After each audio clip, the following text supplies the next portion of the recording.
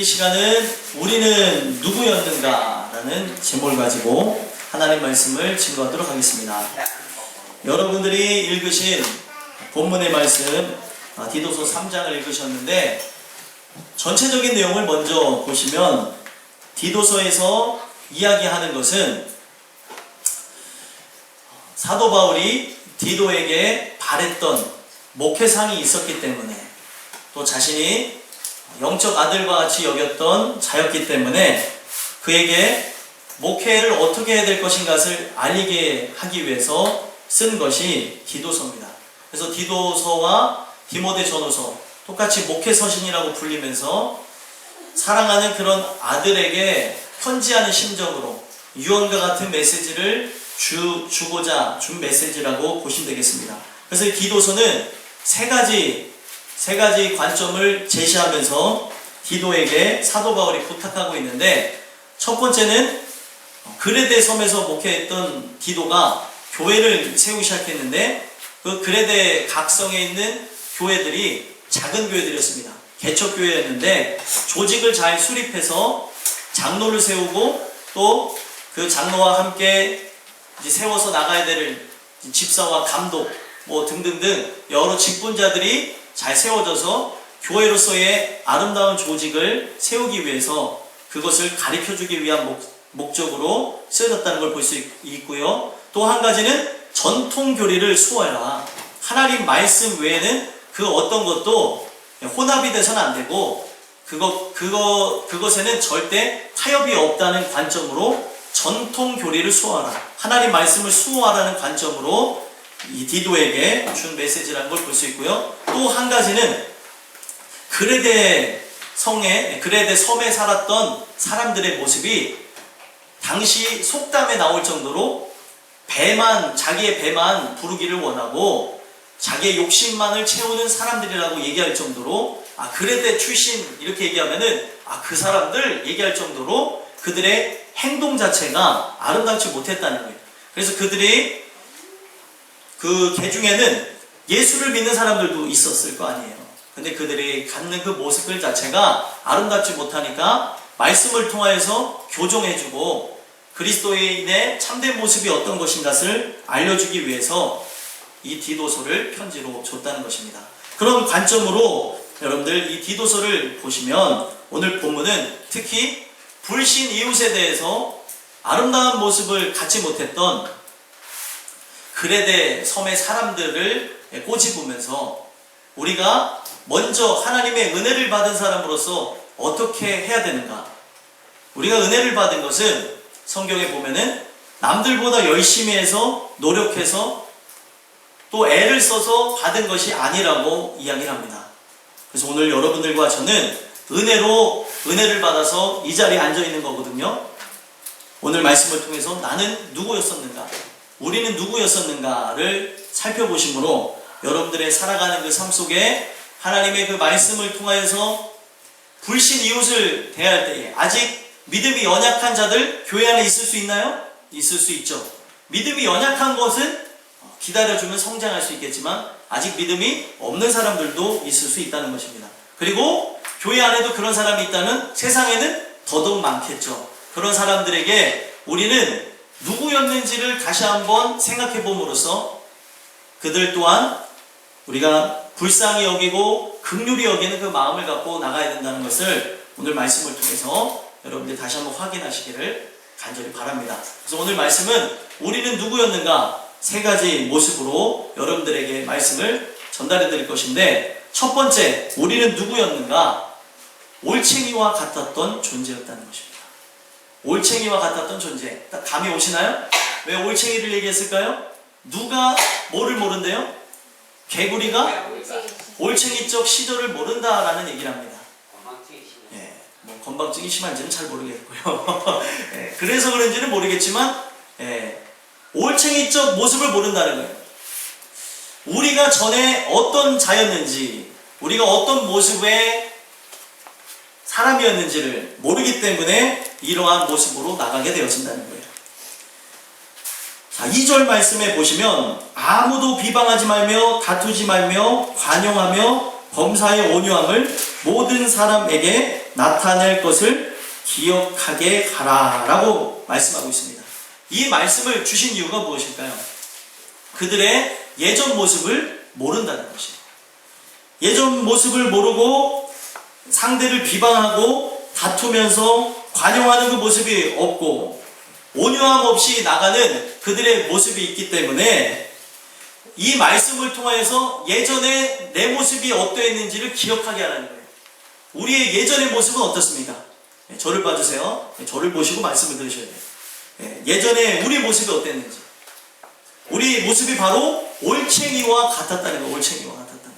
자, 보세요. 올챙이, 개구리 얘기해서 추상적으로 들려질 텐데 개구리에 보여지는 모습하고 올챙이에 보여지는 모습하고 완전히 다르니까 나는 이제 물 밖에도 다닐 수도 있고 물 속에도 다닐 수도 있고 그런 모습이 있다 보니까 올챙이를 우습게 여길 수도 있고 올챙이도 개구리로 조금 있으면 바뀌어질 자인데 우리가 지금 보여지는 모습이 올챙이로 보여지니까 죄인의 모습으로 보여지니까 내가 죄인이었었다는 것은 인지를 못하고 그들의 있는 모습만 비판하고 정죄하고 나가는 모습이 있다는 거예요.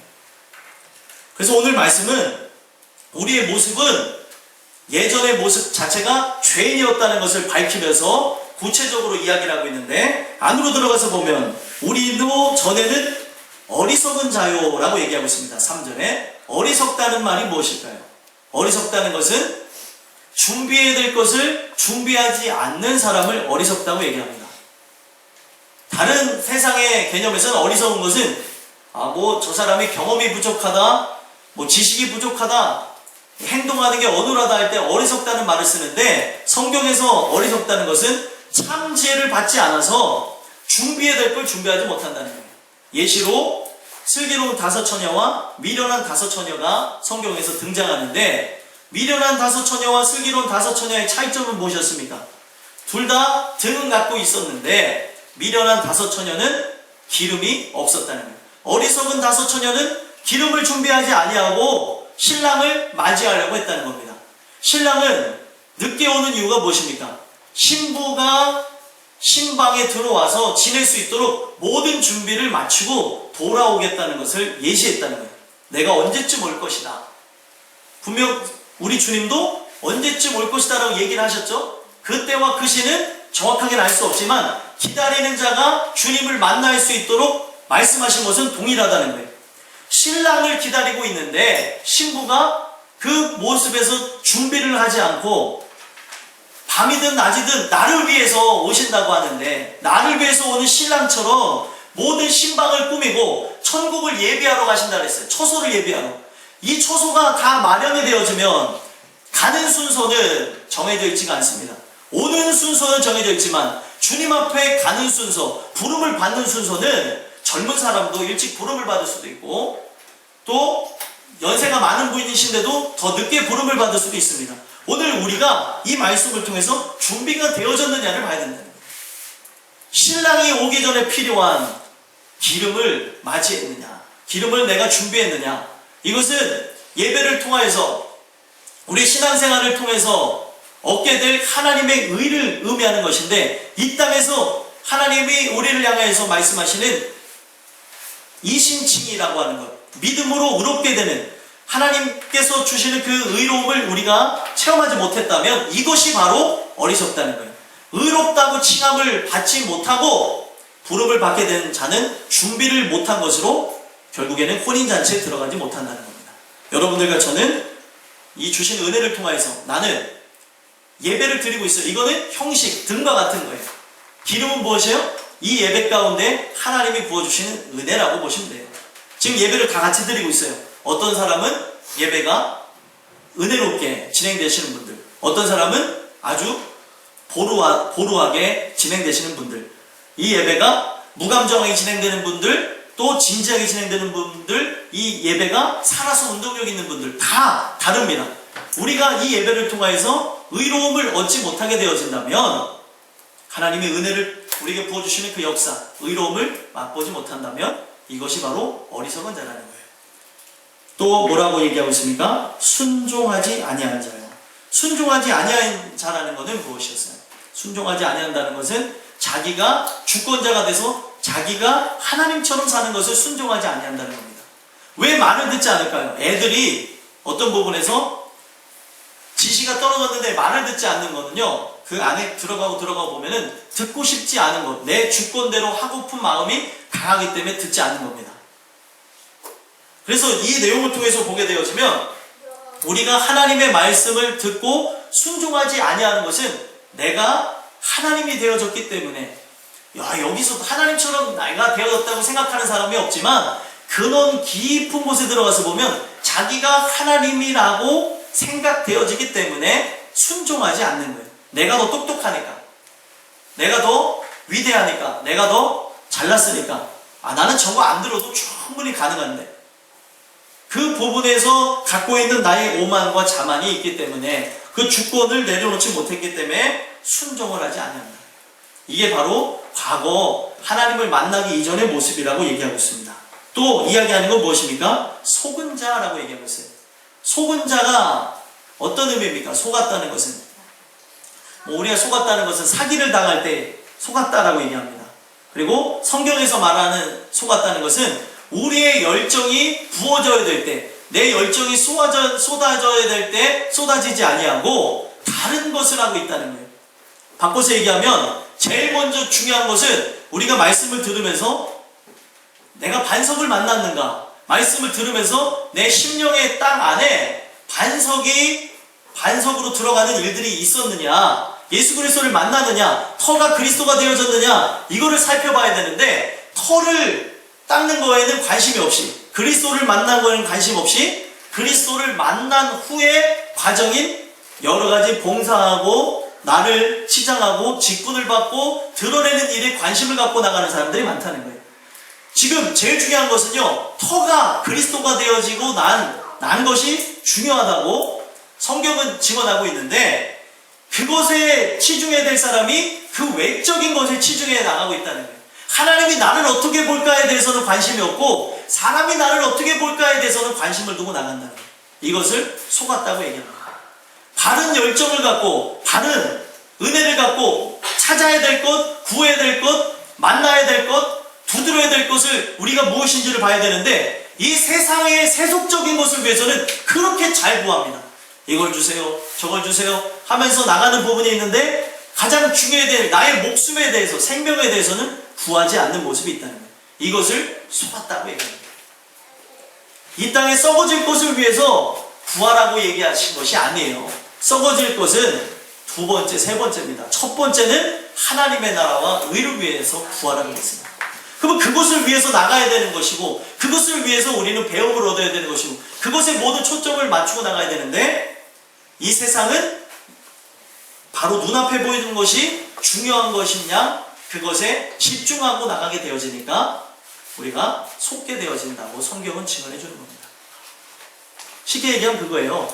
주택 청약금을 부어요. 청약금을 부어서 나중에 나는 저 집에 들어갈 줄 알고 했는데 그 청약금이 온전하게 들어갔는지도 알지도 못한 채 부었고, 이렇게 해서 저걸 얻는다고 해서 돈을 다 투자했더니 그거는 없었던 땅과 없었던 집이었다는 거예요.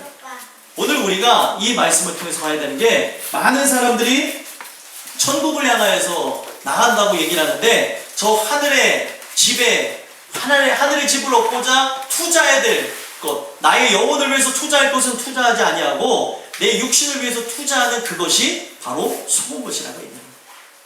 또 뭐라고 얘기하고 있습니까? 여러 가지 정욕과 행락의 종로로 타던 자요. 우리의 모습을 계속 밝혀주는 거예요. 여러 가지 정욕과 행락의 종로로 탄다는 것은 무엇이냐면, 세속적인 것, 쾌락적인 것에 종이 되어서 살았다는 거예요. 행락이라는 것이 바로 즐거움을 얘기하는 겁니다. 세상의 즐거움. 우리의 삶은요, 세상의 즐거움을 위해서 나가는 것이 아닌데, 세상의 즐거움, 우리 인간의 썩어질 그런 오감을 만족하게 하기 위해서 살아가고 있으니 이것이 잘못되어졌다는 거예요. 우리는 그것에 종로로 타며 얽매이는 것이 아니라는 거예요. 여러분들이 얽매이는 것이 다 다르죠. 어떤 사람은 무엇에 얽매였고, 어떤 사람은 이것에 얽매였고, 저것에 얽매여졌습니다. 그것은 우리가 천국을 향해 나가는 데에 방해를 하게 만드는 것이지, 그것에 종노릇하며 시간을 보내며 그것에 투자하며 나의 모든 시간을 허비하라고 한 것이 아니라는 겁니다. 그런데도 불구하고 여러분들 보시면 젊은이들이 허비하는 것, 그리고 나이 드신 분들이 허비하는 것, 그리고 청장년이 허비하는 것, 다 각자 그 때때마다 허비하는 것이 다 다르지만 종노릇하여서 그 인생에 진짜 해야 될 것을 하지 못하고 나가고 있다는 거예요. 종이 되어졌다는 게 어떤 의미입니까? 종이 되어졌다는 것. 그것에 얽매여서 살아간다는 거예요. 이게 본질이 아닌데, 본질이 무엇인지도 모른 채 비본질에 얽매여서 살아가고 있다는 겁니다. 여러분들, 우리가 늘 기억해야 되는 것, 돈을 버는 목적은 이 땅에서 삶을 연명하며 주님 오시는 날을 기다리기 위해서 돈을 버시는 것이지, 돈을 버는 이유가 더 나은 삶을 살기 위해서, 쾌락의 삶을 위해서 버는 것이 아니라고 성경은 얘기하고 있습니다. 돈을 버는 목적에 대해서 우리 다시 한번 알아야 되는데, 더 나은 집과 차와 또 좋은 것을 누리기 위해서 우리가 돈을 버는 게 아니라고 성경은 얘기하고 있다는 거예요. 우리가 먹는 것과 입는 것이 있으면 족한 줄로 알라라고 성경은 얘기하고 있다니까요.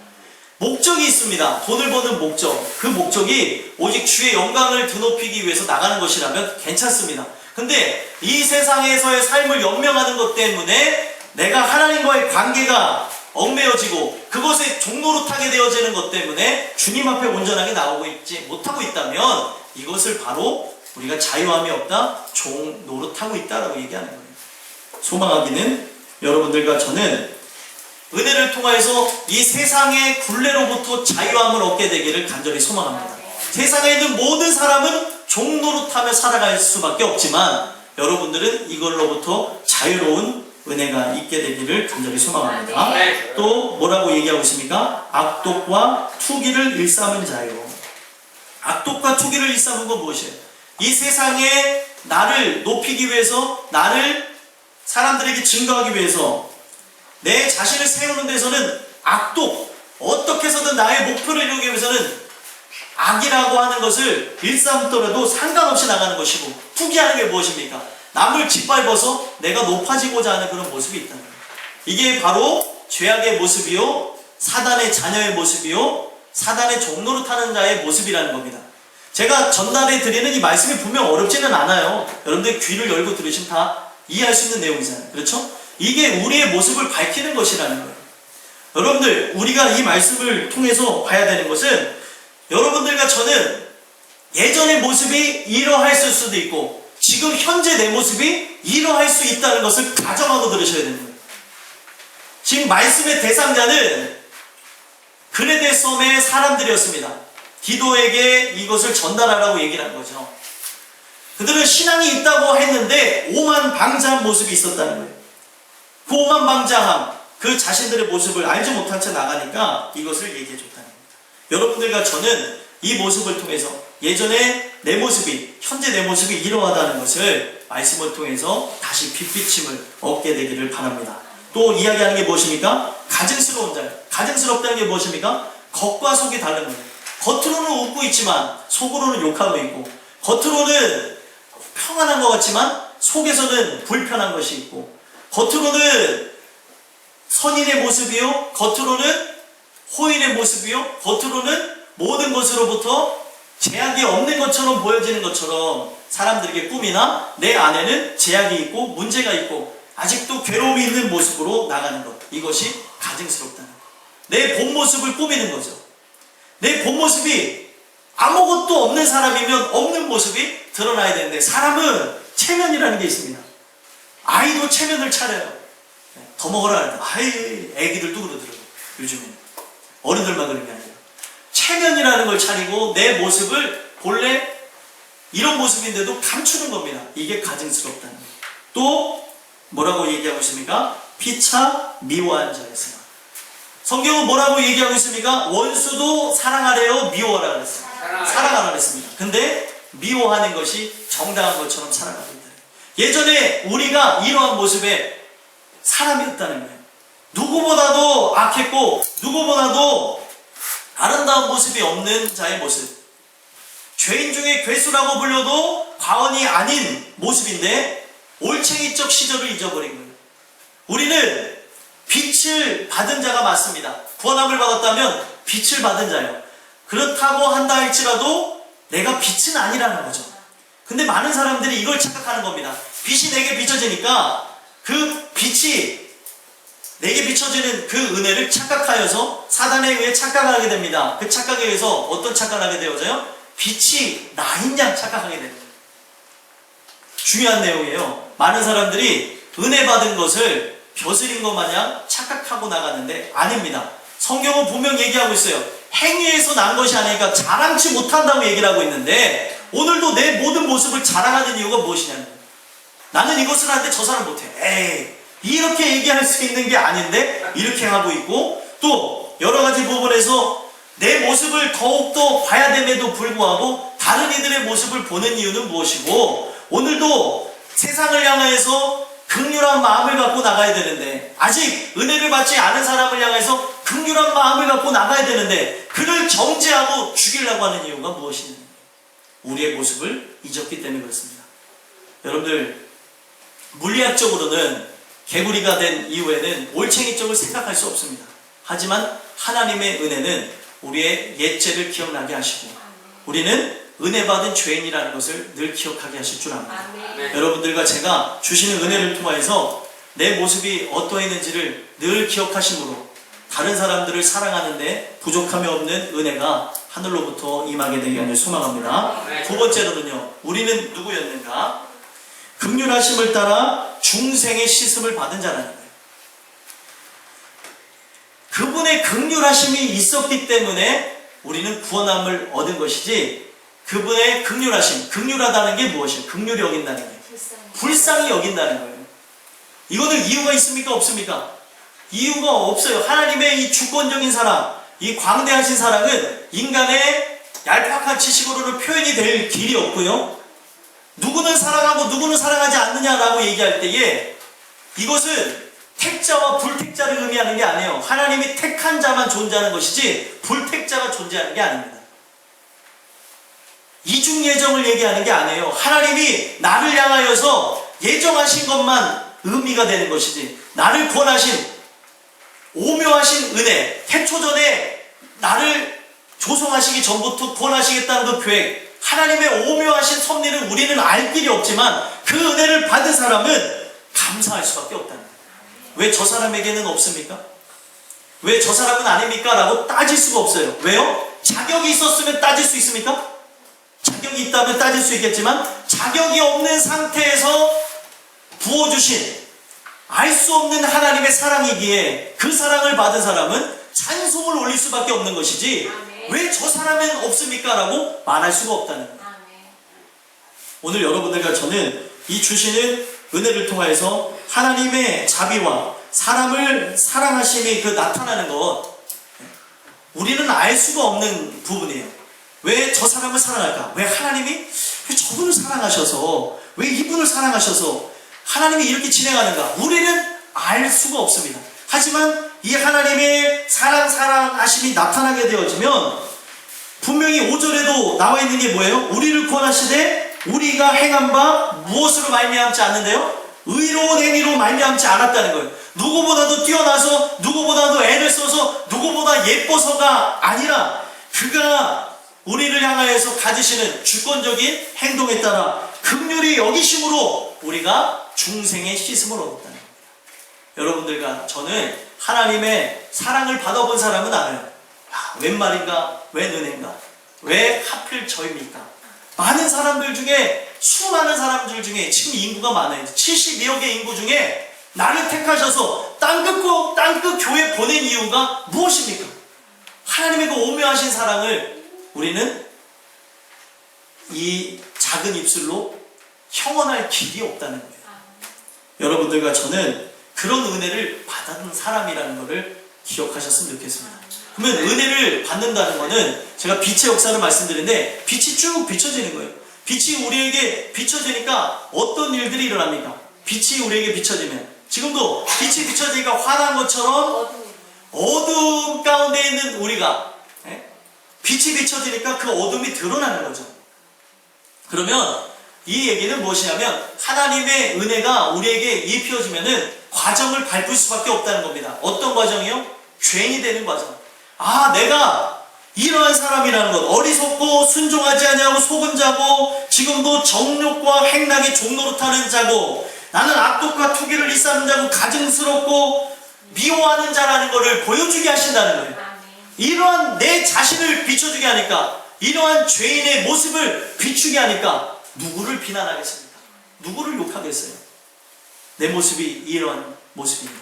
그리고 성경은 분명히 얘기합니다. 완전한 죄인이 되어졌는데 이 죄의 악의 모습, 이 죄인 되어진 내 모습을 인간의 힘으로 씻을 수 있대요, 없대요? 없기 때문에 그분을 향해서 더 부르짖을 수밖에 없고 그분을 찾을 수밖에 없고 이 과정 가운데 반드시 십자가 아래 내려가는 일들을 경험하게 된다는 거예요. 그 십자가 아래서 어떤 일들을 합니까? 중생의 씻음이 일어나는 거예요. 십자가 아래서 용서하심을 얻는 겁니다. 다 같은 단어예요. 중생이 무엇입니까? 거듭남. 거듭남이 무엇이에요? 거듭해서 태어나다, 다시 태어나다는 뜻을 갖는 거죠. 하나님이 은혜를 통하여서 이 죄악의 모습을 갖고 있는 나, 이런 모습으로는 천국에 들어갈 수가 없어요. 내 주권이 아직도 살아서 펄떡펄떡 뛰는 상태로는 천국에 들어갈 수 없다는 걸 알게 하시니까 하나님을 찾고 하나님을 부르짖다가 하나님의 알 수 없는 그 은혜에 의해서 시공간을 초월해서 십자가 아래 내려가는 일들을 경험케 하시고 십자가 아래서 새 생명을 얻게 하신다는 거예요. 새 생명을 얻지 않으면 가망이 없어요. 여러분들이 노력한다고 해서 예배 형식은 다 갖췄어요. 어리석은 자들도 여러분들 등은 갖고 있었습니다. 어리석은 다섯 처녀도. 여러분들이 이렇게 하는 것으로 구원을 얻겠지라고 생각하시면 안 되고요. 하나님이 내게 은혜를 부어주시고자 하는 그 간절한 마음, 그것도 하나님이 부어주셔야 되고 하나님이 여러분들 향해서 역사하지 않으면 살 길이 없습니다. 그런데 어떻게 우리가 하나님을 향해서 냉랭한 모습을 갖고 예배 시간에 우리가 다른 생각을 할 수가 있고 우리가 예배 시간에 핸드폰을 할 수 있고 아직 내가 어떤 자인지를 모르니까 내가 오늘 죽으면 지옥 갈 자라는 것을 알지 못하니까 이게 실제가 되지 않으니까 이 말씀이 이론으로 들리는 거예요. 실제로 가는 사람은 마음을 치고 들어갑니다. 하나님 말씀은 살았대요, 죽었대요? 살아있어서 좌우에 날선검이 있다고 합니다. 날이 선검이 이 심령골수를 찔러 쪼개는데 내가 죄인이래요. 오늘 죽으면 지옥 갈 자라는 걸 밝히는데 우리가 그냥 마냥 생활아 내어라 라는 심정으로 들을 수도 없고 그냥 나를 죽여 잡수시옵소서라는 마음을 갖고 예배 드릴 수도 없고 그냥 이 예배가 하나님만을 바라보게 되는 것이 되어진다는 거예요. 근데 이것이 전달되지 않으니까 이 빛의 역사가 내게 비춰지지 않으니까 빛이 비춰지지 않는데 어둠이 드러납니까? 빛이 비춰지지 않으니까 아무런 감흥을 느끼지 못하는 거예요. 여러분들 이 은혜를 사모하셔야 됩니다. 여러분들이 구원함을 얻고서도 이것을 잊을 수가 있고요. 아직 구원함을 받지 못해서 내 모습이 어떠한지 모르고 살아갈 수가 있는데 우리의 죄는요 주홍 같을지라도 하나님이 역사하셔서 십자가 흘리신 피로 씻으시면 흰눈과 같이 될 것입니다.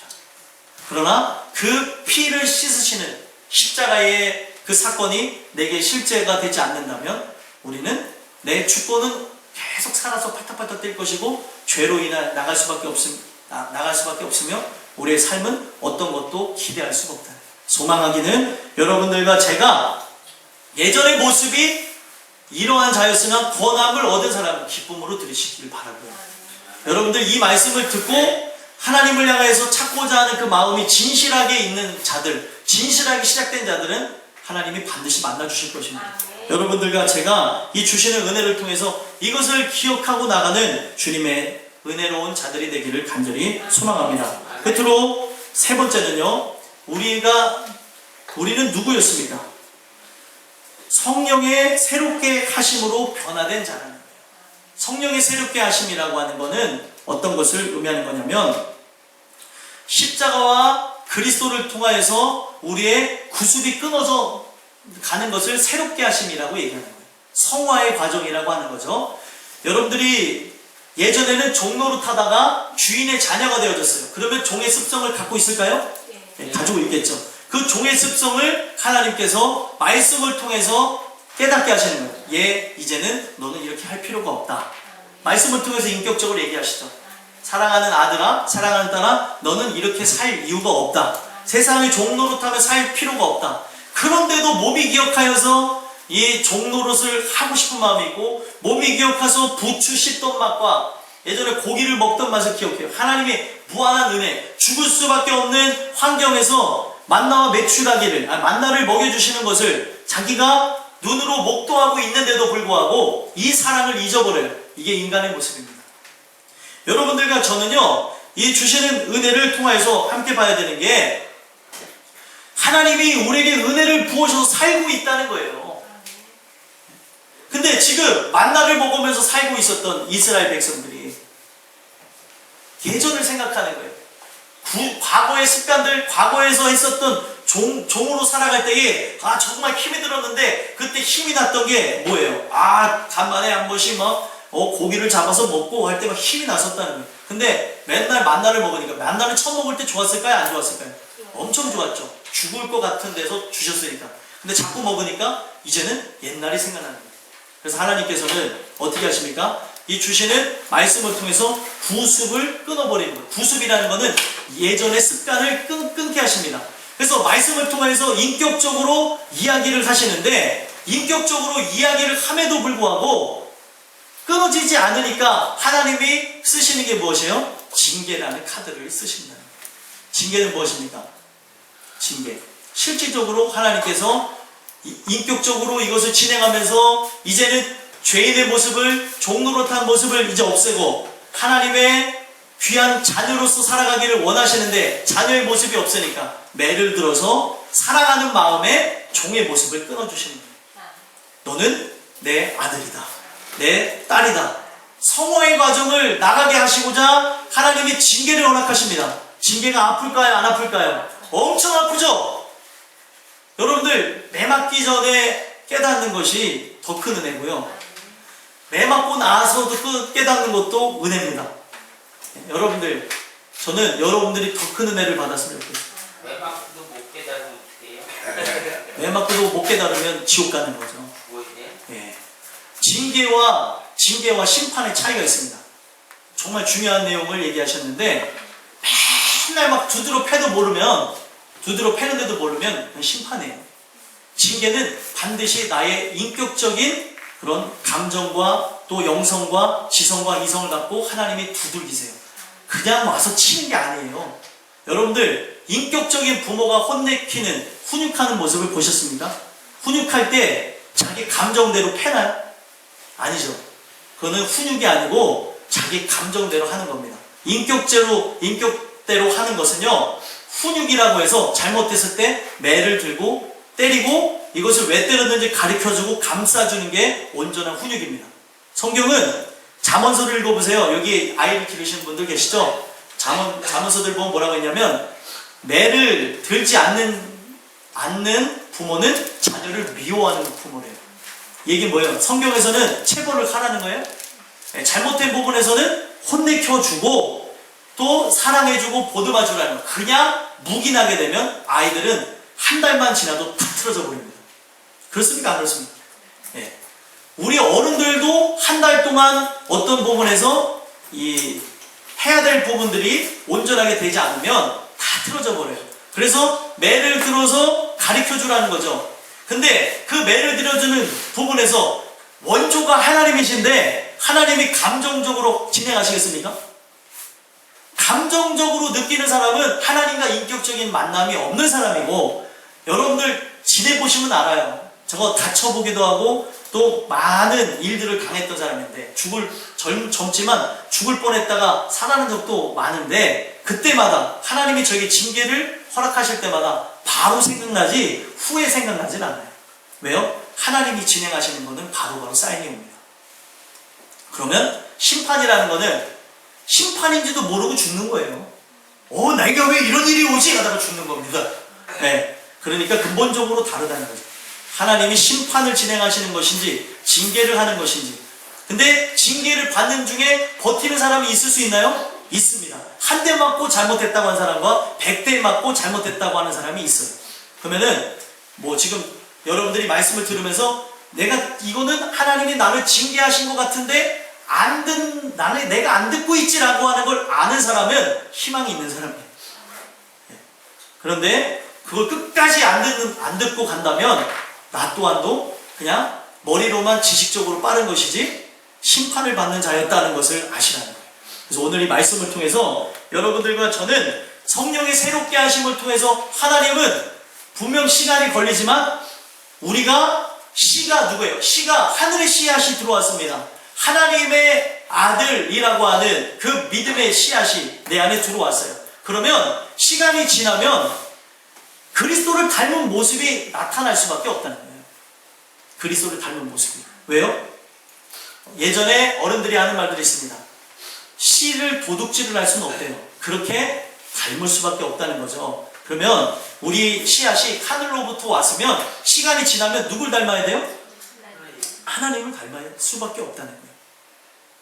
여러분들과 저는 이 주시는 말씀을 통해서 성령의 새롭게 하심으로 거듭난 자라는 것을 기억하시면서 더 은혜로 나가시는데 부족함이 없었으면 좋겠습니다. 그런데 이러한 여러분들과 제가 사단의 속임수에 의해서 빛이 내게 비춰지니까 은혜가 입혀지니까 교만하거나 오만할 수 있나요? 있을 수 있습니다. 사단이 틈타는 역사를 통해서 착각할 수가 있는데 여러분들 하나님이 주시는 은혜를 통하여서 우리는 죄인이지만 그분이 나를 의롭게 하신 것이지 내가 의로워진 게 아니라는 거예요. 이게 정말 중요한 것이죠. 내가 의로워진 게 아니라니까요. 하나님이 나를 의롭게 봐주시는 것이고 그 은혜를 통해서 바뀌어가는 것이지 누구보다 잘나서 뛰어나서 이 과정을 겪은 것이 아니라는 것입니다. 그러면 여러분들과 저는 이 주시는 말씀을 갖고 나는 아직 하나님을 만나지 못한 불신 이웃, 아직 하나님을 만나지 못한 주님의 자녀들, 내가 어떤 모습으로 바라보고 있는가를 보셨으면 좋겠어요. 여러분들 이러한 자를, 예전에 내 모습이 이렇게 악하고 지저분하고 누구보다도 손가락질 받는 사람이었는데 6절 7절에 보니까 성령을 풍성히 부어주심으로 우리가 7절에 보니까 영생의 소망을 따라 우리가 뭐가 됐어요? 상속자가 되어졌다는 거예요. 예전에는 원수였고 예전에는 종이었고 예전에는 죄인이었는데 지금은 우리가 무엇이 되어졌다고요? 상속자가 되어졌다는 거예요. 있을 수가 있습니까? 내가 예전에 주인님 하면서 따라다녔었어요. 나는 종이었어요. 근데 이러한 나를 아들로 삼아주셨어요. 이러한 나를 딸로 삼아주셨어요. 내가 갖고 있는 이 모든 것이 너에게 가하고 이것이 다 내 것이다. 저 같은 사람에게요? 저는 종으로 팔려왔는데요. 내가 이제 오늘부터 너를 아들로 삼겠다. 딸로 삼겠다.